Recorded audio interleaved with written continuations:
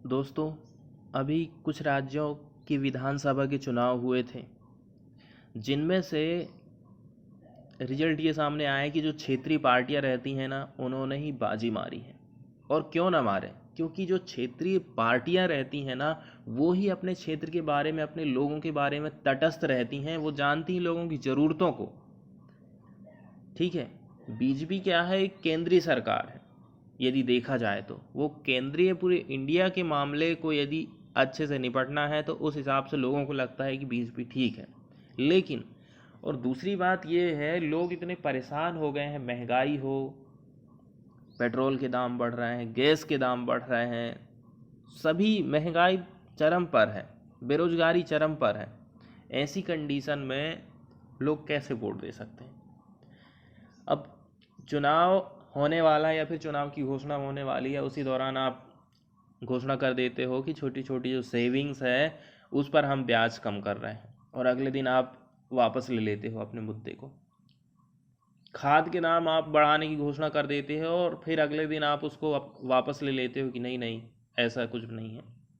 तो इससे क्या पता चलता? इससे तो बात यही पता चलती है ना कि आपने केवल चुनाव सामने है, इसी के कारण अपनी बात को वापस लिया, नहीं तो आप उस बात को भी वापस नहीं लेने वाले थे। दूसरी बात यह है, देखो, गरीब लोगों को आपने सिलेंडर दे दिए, ये बहुत अच्छी बात है। खाली सिलेंडर देने से तो काम नहीं चलता है ना। लोगों के घर में सिलेंडर रखा हुआ है, इसके बाद भी वो चूल्हे में लकड़ी से खाना बना रहे हैं। यदि आप गैस के दाम को बढ़ा देते हो, डबल कर देते हो, तो वो सिलेंडर किस काम का है? कोई काम का नहीं है। पेट्रोल के दाम बढ़ जा रहे हैं, डीजल के दाम बढ़ जा रहे हैं, तो इसका असर तो सीधे किसानों को भी पड़ रहा है ना। इसी के चक्कर में बीजेपी इस बार हारी है।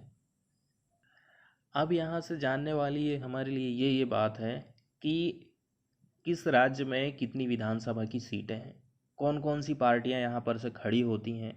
तो देखो, तमिलनाडु में टोटल विधानसभा की जो सीटें हैं 234 हैं।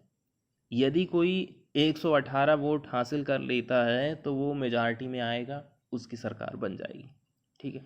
डीएमके ने 158 वोट हासिल किए हैं, एआईडीएमके ने 76, और जो अदर्स हैं उन्होंने 0। अब हम बात करते हैं केरला में। देखो, केरला में टोटल 140 विधानसभा की सीटें हैं। यदि कोई 71 सीट प्राप्त करता है तो उसकी सरकार बन जाएगी, और नहीं प्राप्त करता है तो फिर उसको मिला जुला के अपनी सरकार बनाना पड़ेगा, गठबंधन की सरकार।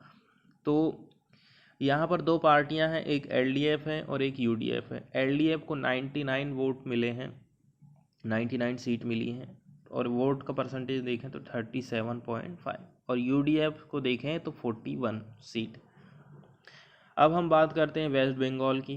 वेस्ट बंगाल में 294 विधानसभा की सीटें हैं। 148 यदि किसी को मिलती है तो उसकी सरकार बन जाएगी, मेजॉरिटी में रहेगा वो। टीएमसी को 217 वो सीट मिली है, और यदि परसेंटेज देखें तो लगभग लगभग आधी सीट इन्होंने हथिया ली है। NDA 73 vote, CPI plus INC 1, others 1 seat. इसके बाद हम बात करते हैं असम की। तो असम में एनडीए ने बाजी मारी है, 73 सीट इसने जीते हैं। यूपीए ने जीता है 52, और अदर्स ने जीता है 1। और अब हम बात करते हैं पुदुचेरी की। ठीक है। यहाँ पर एनडीए ने 16 सीट जीता है, यूपीए ने 8 सीट, और अदर्स ने 6 सीट। और यहाँ पर जो टोटल सीटें हैं ना, वो 30 हैं। दोस्तों, कल की न्यूज़ में हमने देखा था ना, दिल्ली की हाई कोर्ट केंद्र सरकार को निर्देश कर रही है। जब हाई कोर्ट इस प्रकार से आगे आ रही है तो सुप्रीम कोर्ट को ये लगा कि हमें भी तो आगे आना चाहिए, हमें भी तो कुछ करना चाहिए। जब हमारे सीनियर जूनियर लोग ऐसा कर रहे हैं तो हमें क्यों नहीं करना चाहिए? तो सुप्रीम कोर्ट को भी कुछ लगा होगा, इसलिए सुप्रीम कोर्ट ने केंद्र सरकार को ऑर्डर डेडलाइन दे दी है कि इस डेट तक आप ऑक्सीजन का बफर करके रखिए और जो है दिल्ली को प्रोवाइड करिए। और यहाँ से एक बात ये सीखने को मिलती है कि यदि हमसे पूछा जाए कि ऑक्सीजन का मैनेजमेंट हमें किस प्रकार से करना चाहिए, तो यहाँ पर सुप्रीम कोर्ट ने कहा है कि आपको जो स्टॉक है ना, वो इमरजेंसी पर्पस के हिसाब से करिए आप ऑक्सीजन का। और ऐसा नहीं है कि वो केवल सेंट्रलाइज हो, उसको डिसेंट्रलाइज करना है, अपन को ऊपर से लेके नीचे वाले लेवल तक उसको पहुंचाना है। ठीक है, केंद्र सरकार, राज्य सरकार और फिर जो जिला की सरकारें रहती है, फिर पंचायत की जो सरकारें रहती, मतलब हमें उसको डिसेंट्रलाइज करना है। दोस्तों, ऑक्सीजन की न्यूज़ आई है, तो ऑक्सीजन से रिलेटेड कुछ फैक्ट देख लेते हैं। ऑक्सीजन एक प्रकार का केमिकल एलिमेंट है जिसको हम ओ से दर्शाते हैं। इसका एटॉमिक नंबर है 8 और पीरियडिक जो टेबल रहता है ना, उसमें एक कैल्कोजन ग्रुप है, उसका एक ये मेंबर है। अब यदि हम बात करें एटॉमिक मास की, तो 15.9 होता है इसका, एटॉमिक नंबर 8 है। और यदि इसका इलेक्ट्रॉन कॉन्फ़िगरेशन की बात करें तो 2s2 2p4, और एंटोनियो लेवोज़ायर ने इनका नाम रखा था।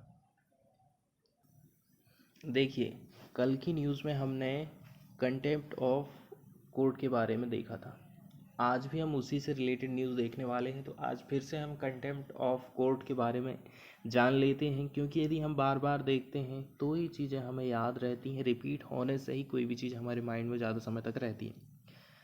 तो कंटेम्प्ट ऑफ कोर्ट एक्ट 1971 की हम बात कर रहे हैं। न्यायालय की अवमानना दो प्रकार से हो सकती है, पहली होती है सिविल और दूसरी होती है क्रिमिनल। दो टाइप से बांटा गया है इसको। यदि हम बात करें सिविल कंटेम्प्ट की, तो इसका मतलब ये हुआ कि आप न्यायालय को डिसओबीडियंस कर रहे हैं, उसकी आज्ञा को नहीं मान रहे हैं।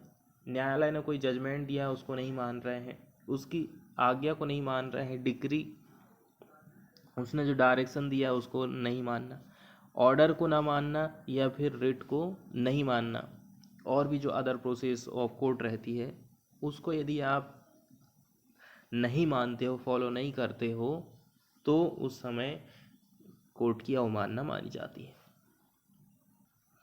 अब हम बात करते हैं दूसरे टाइप्स की। दूसरा टाइप है क्रिमिनल कंटेम्प्ट। देखो, यदि कोई व्यक्ति बोलकर, ठीक है, या शब्दों के द्वारा, बोलकर, लिखकर, या फिर किसी साइन के द्वारा, या फिर कोई विजिबल रिप्रेजेंटेशन है, ठीक है, दृश्य जो रिप्रेजेंटेशन से लाना है, ऐसा करना वैसा करना, या फिर और भी जो कुछ है, ये सारे काम इसमें शामिल हैं। इनके द्वारा यदि वो स्कैंडलाइज करता है कोर्ट को, या फिर स्कैंडलाइज करने की तरफ अग्रसर होता है, ठीक है, या फिर जो अथॉरिटी है या फिर कोर्ट है ना, उसको लोगों के सामने स्कैंडलाइज करता है या फिर गलत इंप्रेशन पहुंचाता है, किनके द्वारा? By words spoken, written, by sign, by visual representation और अदरवाइज। तो इसको हम कहेंगे क्रिमिनल कंटेम्प्ट ऑफ कोर्ट। अब दूसरी बात हम करते हैं पनिशमेंट की। यदि कोई व्यक्ति कोर्ट की अवमानना करता है तो उसको क्या सज़ा हो सकती है? देखो, उसको सिंपल इम्प्रिजनमेंट हो सकता है, ठीक है, एक टर्म के लिए, जिसको 6 महीने तक उसको एक्सटेंड कर सकते हैं, या फिर उसके ऊपर फाइन लगाया जा सकता है, ठीक है, जिसको एक्सटेंड किया जा सकता है 2000 रुपीज़ तक, या फिर दोनों ही चीज़ें इसमें हो सकती हैं। लेकिन यहाँ पर एक खास बात ध्यान ये रखना है, ठीक है, जो एक्यूज्ड है वो डिस्चार्ज हो सकता है, या फिर पनिशमेंट जो है उसको वापस ले सकती है कोर्ट, यदि वो क्षमा मांग लेता है, ठीक है, और उससे कोर्ट सर्टिफिकेशन कर लेती है। और भी कुछ बातें हैं, जैसे कि 1991 में जो सुप्रीम कोर्ट ने है उसने ये फैसला सुनाया कि देखो, ऐसी बात नहीं है कि जो मामले हमारे पास आ रहे हैं केवल हम उनकी ही सुनवाई कर सकते हैं, अवमानना के जो केस आ रहे हैं, यदि अवमानना जो उच्च न्यायालय है, हाई कोर्ट है उनकी, या फिर जो अधीनस्थ न्यायालय हैं उनकी और जो न्यायाधिकरण होते हैं उनकी भी कहीं अवमानना होती है, तो उन मामलों में भी हम किसी को दंड दे सकते हैं, ऐसा 1991 में सुप्रीम कोर्ट ने कहा था। ठीक है। अब यदि हम हाई कोर्ट की बात करें तो 1971 में जो एक्ट बना था उसकी धारा 10 में ये बताया गया है कि हाई कोर्ट भी यदि उनकी कोई अवमानना करता है, उनकी बात नहीं मानता है, तो वो उनको दंडित कर सकते हैं। यदि हम बात करें कि अवमानना अधिनियम की ज़रूरत क्यों पड़ गई, तो जो न्यायालय है उसकी गरिमा बनी रहे, ठीक है, उसको कोई खतरा ना हो, किसी से कोई उसको डरा धमका ना सके, इसके लिए ये नियम लाना बहुत ही ज़्यादा ज़रूरी था। अब हम बात करते हैं किस किस अनुच्छेद में क्या क्या चीज़ें बताई गई हैं। जैसे अनुच्छेद यदि हम 29 की बात करें तो ये जो है सुप्रीम कोर्ट को पावर देता है कि अवमानना यदि कोई करेगा तो उसे वो दंड दे देगा। इसके बाद है अनुच्छेद 142, ठीक है, ये जो है अवमानना के आरोप में किसी भी व्यक्ति की जांच करने और उसे दंड देने के लिए सर्वोच्च न्यायालय को सक्षम बनाता है। इसके बाद अनुच्छेद 215 है, तो जो हाई कोर्ट रहते हैं ना, यदि उनकी खुद की अवमानना होती है तो वो किसी को दंड दे सकते हैं, ऐसा इसमें बताया गया है। तो दिल्ली हाई कोर्ट का कहना है केंद्र सरकार को कि जो कंटेम्प्ट वाली जो प्रोसेस है ना, उसको हमने इनिशिएट अभी नहीं किया है। इनिशिएट मतलब आरंभ नहीं किया है, ऐसा हाई कोर्ट का कहना है। और दूसरी बात, हाई कोर्ट ने पूछा है केंद्र सरकार से कि आप बताओ, केवल दिल्ली एक ऐसा स्टेट है जहां पर ऑक्सीजन की क्राइसिस सबसे ज़्यादा है, ऐसा क्यों हो रहा है? अदर भी तो स्टेट है ना। हम मान रहे हैं कि अलग अलग जगह ऑक्सीजन की कमी अलग अलग है, लेकिन दिल्ली की हालत सबसे ज़्यादा ख़राब है। जितनी दिल्ली को चाहिए आप उतनी तक नहीं प्रोवाइड कर सक रहे हैं। अभी कल या परसों की ही बात है ना, हाई कोर्ट ने एक ऑर्डर जारी किया था केंद्र सरकार के लिए कि हम जो है कंटेम्प्ट की प्रोसीडिंग चलाने वाले हैं आपके अफसर के ऊपर, यदि वो फेल होते हैं दिल्ली को 490 मीट्रिक टन ऑक्सीजन सप्लाई करने के लिए, यदि इतनी सप्लाई वो नहीं कर पाते हैं तो हम कंटेम्प्ट ऑफ प्रोसीडिंग चालू करने वाले हैं। और दूसरी बात ये है कि दिल्ली में इतनी बड़ी समस्या चल रही है और केंद्र सरकार और दिल्ली की सरकार आपस में वाद विवाद कर रहे हैं, एक दूसरे को आरोप प्रत्यारोप कर रहे हैं। जैसे कि केंद्र सरकार ये कहती है कि दिल्ली की सरकार मिनिस्ट्री ऑफ रोड ट्रांसपोर्ट के पास तो आई ही नहीं फॉर टेम्पररी हेल्प या फिर असिस्टेंस के लिए, ताकि ऑक्सीजन का ट्रांसपोर्टेशन हो सके।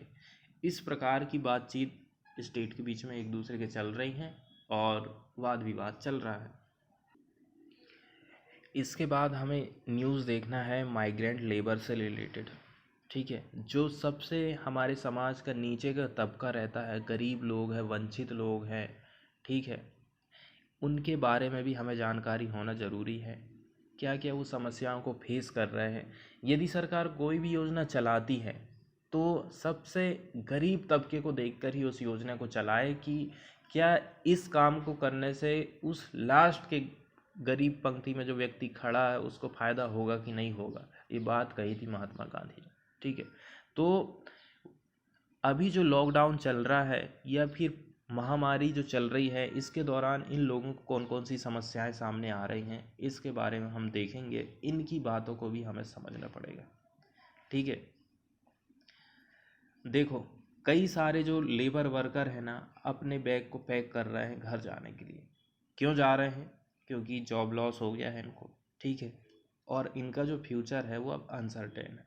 कोई निश्चित नहीं है कि कब लॉकडाउन खुलेगा, उनको जॉब मिलेगी कि नहीं मिलेगी। दूसरी बात यह है, यदि इनको इन्फेक्शन हो जाता है, यदि इनको कोविड-19 हो जाता है, तो इनका पूरा परिवार तो गांव में है, यहाँ इनकी देखभाल कौन करेगा, कौन इनकी सेवा करेगा? दिक्कत ये आ जाती है यहाँ पर। और फिर दूसरी बात ये भी हो जाती है, ठीक है, ये लोग जा रहे हैं बिहार, अपने होम टाउन जा रहे हैं, यदि सरकार ने इनके लिए रियल में कुछ किया होता ना, तो जैसे पिछले साल की कंडीशन थी आज भी वही कंडीशन दिख रही है, तो शायद ये नहीं जाते। इसलिए सरकार की इसमें कमी नज़र आती हमें। तो देखो, दिल्ली केवल ना shortage of bed, oxygen, medicine, positivity rate इन्हीं अकेले का सामना नहीं कर रही है। इसके अलावा इसको दूसरी समस्या को भी तो देखना पड़ेगा। क्या माइग्रेंट वर्कर्स को देखना छोड़ देंगे? ये इनका कहना है कि जब तक ट्रेन चल रही है तब तक हम चले जाएं, पता चला आने वाले टाइम में ट्रेन ही बंद हो गई तो हम कैसे जाएंगे। और हम ये नहीं चाहते हैं कि जैसी समस्याओं को हमने पिछले साल फेस किया था फिर से वही समस्याएं हमारे सामने आज भी आ जाएं। आगे एक व्यक्ति हैं शेख अरीफुल अली, ठीक है, ये भी एक माइग्रेंट वर्कर ही हैं। इनका कहना है कि पिछले साल हम लंबे समय तक दिल्ली में रुक गए पेंडेमिक और लॉकडाउन की वजह से, ठीक है। अल्टीमेटली इन्होंने 3200 रुपया एक टिकट का दिया स्पेशल ट्रेन के लिए ताकि अपने विलेज वेस्ट बंगाल जा सकें। और हम चाहते हैं कि ये चीज़ फिर से रिपीट ना हो। अभी ट्रेनें चल रही हैं, हम लोग जा सकते हैं। अब दूसरी समस्या ये है, अब ये लोग दिल्ली में रह रहे हैं तो अब इनका खुद का घर तो वहाँ पर है नहीं, ये रहते हैं किराए के मकान में, ठीक है। 4 लोग रहते हैं और किराया देते हैं 8,000 रुपया। अब हमारी इनकम तो बंद हो गई है। अब आप बताओ हम ये किराया कहाँ से दें? लैंडलॉर्ड का कहना है, मकान मालिक का कहना है, अगर आप किराया नहीं देते हो तो मकान खाली कर दो। अब हम कैसे सस्टेन रहेंगे यहाँ पर? ठीक है। इसके बाद एक व्यक्ति हैं जो कि एम्ब्रॉयडर का काम करते हैं, मतलब कपड़े पर कढ़ाई या फिर कपड़े पर नमूने या चित्र टाँग कर उसे सजाने का काम करते हैं। तो इनका क्या कहना है, इनकी बात भी हम सुन लेते हैं, ठीक है। ये कहते हैं कि देखो लगभग 800 जो लोग हैं ना ऑलरेडी वो रिटर्न हो चुके हैं और अदर जो लोग हैं वो भी प्लानिंग कर रहे हैं कि हम अपने घर वापस जाएंगे। दूसरी बात ये है, हम अभी तक रुके हुए थे क्योंकि अभी हमारे थोड़ी बहुत ऑर्डर जो बचे थे ना, हम सोच रहे थे कि इनको ख़त्म कर लेंगे, लेकिन अब हम कम्प्लीटली आउट ऑफ वर्क हो चुके हैं। क्यों? क्योंकि जो इंटरनेशनल फ़्लाइट्स हैं ना वो उनमें रिस्ट्रिक्शन लग गया है। अब हमारा जो प्रोडक्ट है जनरली हम इसको एक्सपोर्ट करते हैं, इसलिए हमारे जो प्रोडक्ट की बिक्री अभी स्टॉप हो गई है। और दूसरी बात ये है, वेडिंग का जो सीज़न है ना वो हमारा सबसे बड़ा सोर्स था इनकम का, अब नाउ जो है वो भी कर्टेल्ड हो चुका है। अब हम कैसे मैनेजमेंट करेंगे, ऐसा इनका कहना है। इसके बाद एक बहुत ही इम्पोर्टेंट न्यूज़ आई है, गोप बंधु संबंधिका स्वास्थ्य बीमा योजना। इसको उड़ीसा की सरकार ने 1 जून 2018 को इफ़ेक्ट में लाया था, ठीक है। और इसमें पत्रकारों को शामिल किया जाएगा, ठीक है। जो पत्रकार लोग हैं यदि उनकी डेथ होती है तो उनको इस योजना के अंतर्गत कवर किया जाएगा, ठीक है। उनको रिलीफ प्रोवाइड किया जाएगा उनकी फैमिली वालों को। एक प्रकार से इंश्योरेंस वाली स्कीम है।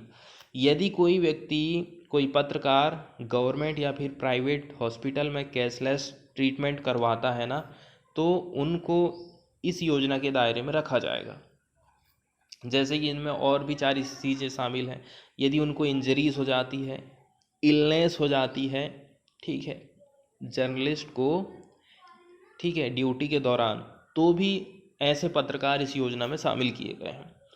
अब यदि हम इसके नाम की बात करें ना कि इसका नाम आखिर रखा क्यों गया, तो इस स्कीम का नाम रखा गया था गोपाल बंधु दास 1877 से 1928, है ना।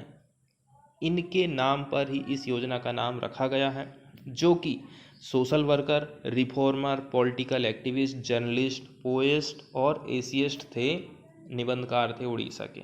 इन्हीं के नाम पर इस योजना का नाम रखा गया है।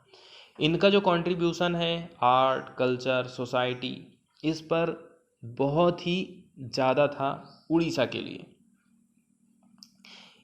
इसी के लिए इनको एक विशेषण के नाम से भी जाना जाता है। इनके नाम को किस नाम से भी जाना जाता है? उत्कल मणि, मतलब जेल ऑफ उड़ीसा के नाम से भी इनको जाना जाता है, क्योंकि इन्होंने आर्ट, कल्चर और सोसाइटी में बहुत ज़्यादा योगदान दिया था उड़ीसा की, ठीक है।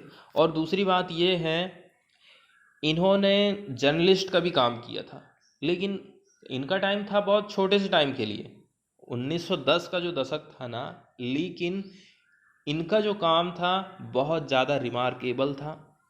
एक चीज़ और आपको याद रखना है, एक मैगजीन है, ठीक है, जिसको इन्होंने लॉन्च किया था, सत्यवादी, इसका नाम हमें याद रखना है।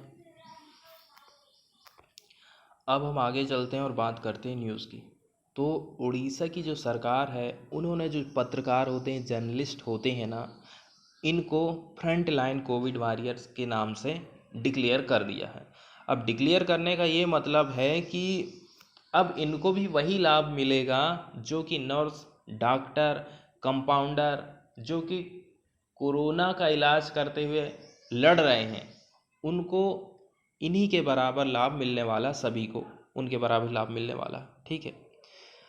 अब इनका ये कहना है कि ये जो है सीमलेस न्यूज़ प्रोवाइड करते हैं, कंटिन्यू न्यूज़ प्रोवाइड करते हैं, ताकि लोग अवेयर रह सकें, कोविड-19 से वो सावधान हो सकें, बचाव कर सकें। इसी के चलते इन्होंने इनको ये कोविड वॉरियर का दर्जा दिया है। इनका ये कहना है कि 6,944 जो वर्किंग जर्नलिस्ट हैं ना, इनको हम लाभ देने वाले हैं। और ये जो योजना है गोपा बंधु संबंधिका स्वास्थ्य बीमा योजना, इतने व्यक्ति को हम कवर करेंगे, इनको हेल्थ इंश्योरेंस प्रोवाइड करेंगे 2 लाख रुपया का हर आदमी को। सुप्रीम कोर्ट में एक अर्जी दायर की गई थी कि क्या चुनाव की जो काउंटिंग है उसको अभी हम रोक नहीं सकते हैं, यूपी में जो पंचायत की जो काउंटिंग होने वाली है। तो सुप्रीम कोर्ट ने इसकी आज्ञा दे दी थी कि इलेक्शन कमीशन से पूछा था, तो इलेक्शन कमीशन का कहना था कि नहीं, हम जो है पूरे सेफ्टी प्रोटोकॉल को ध्यान में रखेंगे और चुनाव करवाएंगे। लेकिन ये जो तस्वीर आप देख रहे हैं ना, ठीक है, ये बात बताती है कि इलेक्शन कमीशन की यहाँ पर कमी है कि नहीं है।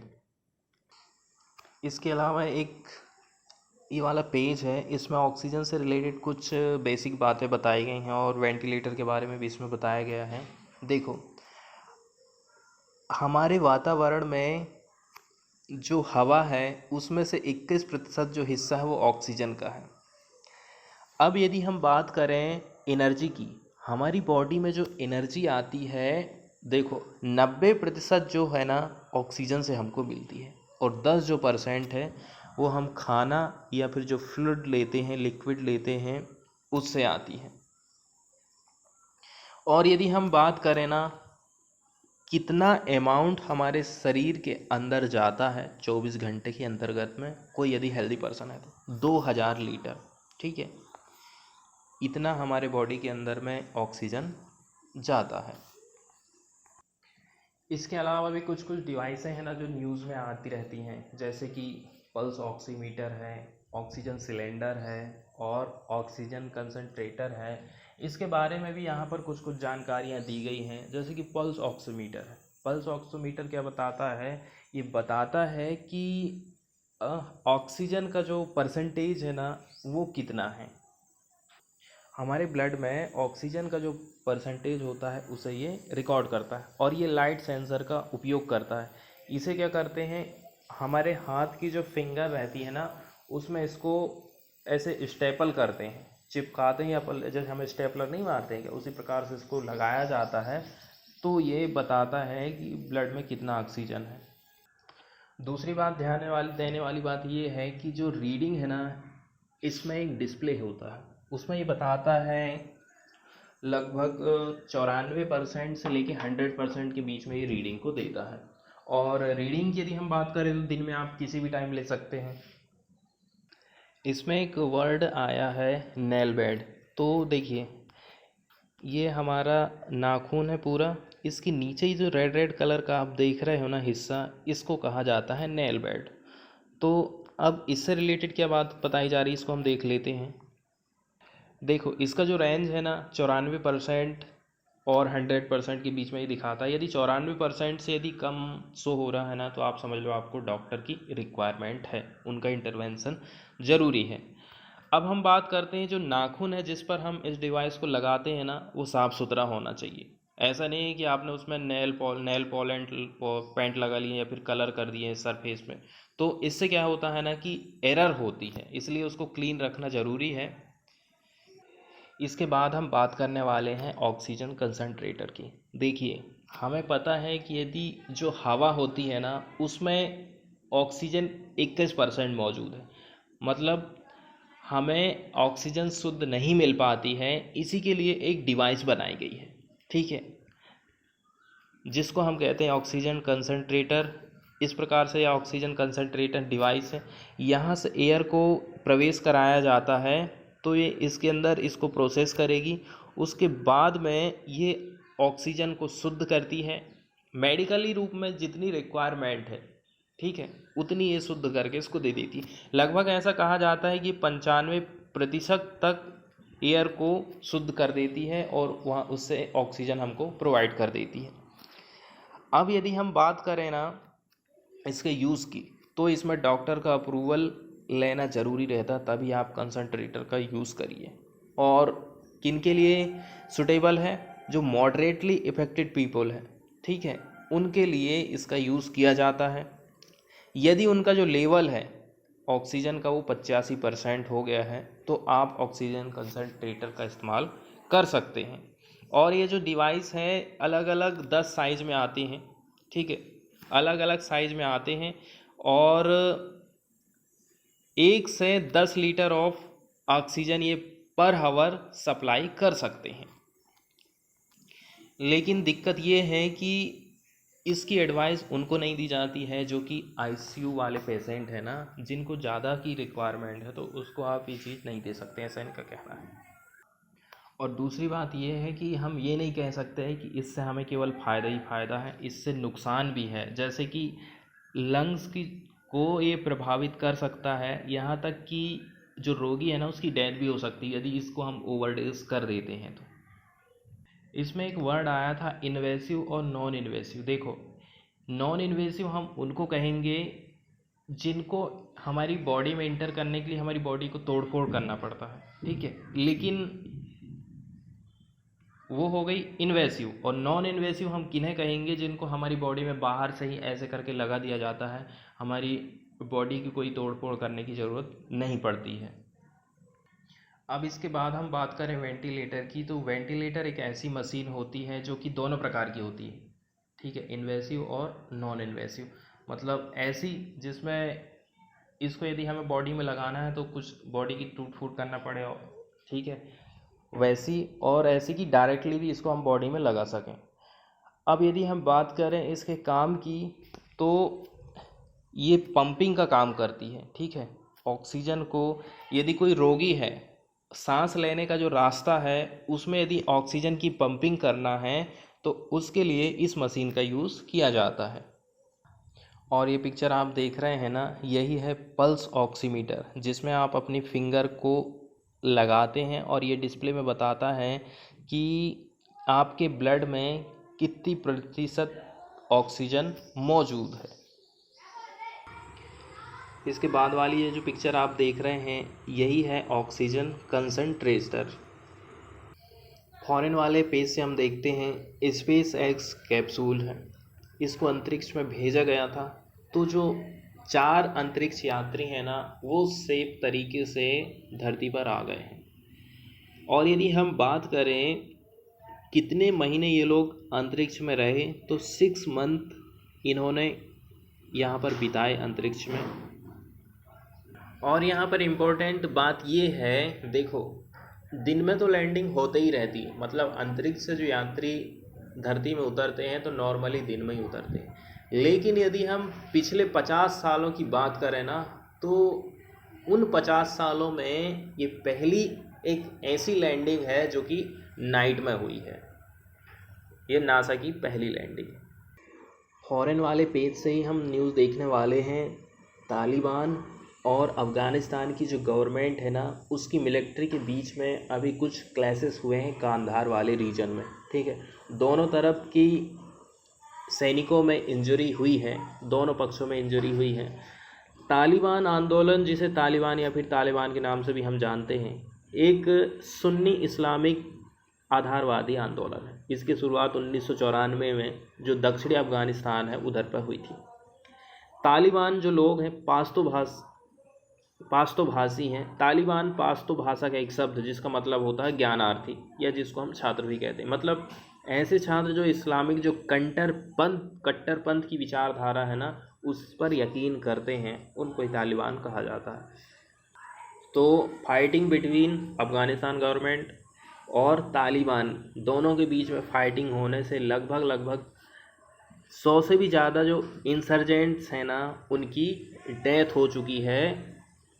इंसर्जेंट मतलब जो विद्रोही ग्रुप होता है ना, तालिबानी जो ग्रुप होता है, उनकी इस 24 घंटे के अंदर में, ऐसा मिनिस्ट्री का कहना है संडे को। आज हम फॉरेन वाले पेज से किसी भी देश का मैप डिस्कस नहीं कर रहे हैं, इसके बदले में हम म्यांमार का जो पॉलिटिकल हिस्ट्री रहा है उसको देख लेते हैं। ज़्यादा नहीं देखेंगे, बस थोड़ा सा ही देख पाएंगे क्योंकि टाइम बहुत ज़्यादा हो गया। देखो, 1948 में म्यांमार आज़ाद हुआ। अब हम शुरुआत करते हैं 1937 से। 1937 में ब्रिटेन ने इंडिया से इसको अलग कर दिया था और इसको नाम दे दिया क्राउन कॉलोनी। अब इसके बाद क्या होता है, 1942 में बर्मा पर जापान ने आक्रमण कर दिया। बर्मा मतलब जिसे हम आज का म्यांमार कह रहे हैं ना, उसे। अब जो आक्रमण था, जापानियों की ओर से एक ट्रेनिंग दी गई, बर्मा इंडिपेंडेंस आर्मी की मदद से किया गया था, ठीक है। और बर्मा इंडिपेंडेंस आर्मी बाद में फासिस्ट पीपल्स फ्रीडम लीग में बदल गई और उसने जापानी शासन का विरोध करना शुरू कर दिया। 1945 में क्या होता है, ब्रिटेन ने आंग सान सूची के जो फादर थे, उनकी अगुवाई में AFPFL की मदद से बर्मा को जापानी कब्जे से आज़ाद करवाया था। किसने? ब्रिटेन ने। इसके बाद क्या हुआ, 1947 में आंग सान और जो 6 जो सरकार के सदस्य थे ना, उनकी हत्या कर दी गई। और ये हत्याएं किसने करवाई थी? उनके विरोधियों ने करवाई थी, जिनकी अगुवाई कौन कर रहे थे? यूसा कर रहे थे। 1948 में बर्मा आज़ाद देश बन गया और AFPFL सरकार में यूनू देश के प्रधानमंत्री बने। अब इसके बाद 1958 में पहली बार राजनीति में सेना एंट्री कर लेती है, ठीक है। क्यों एंट्री कर लेती है? क्योंकि AFPFL का विभाजन हो जाता है और चीफ ऑफ स्टाफ जनरल जो रहते हैं सेना के, उन्होंने विन को अंतरिम प्रधानमंत्री बनने के रूप में कहा।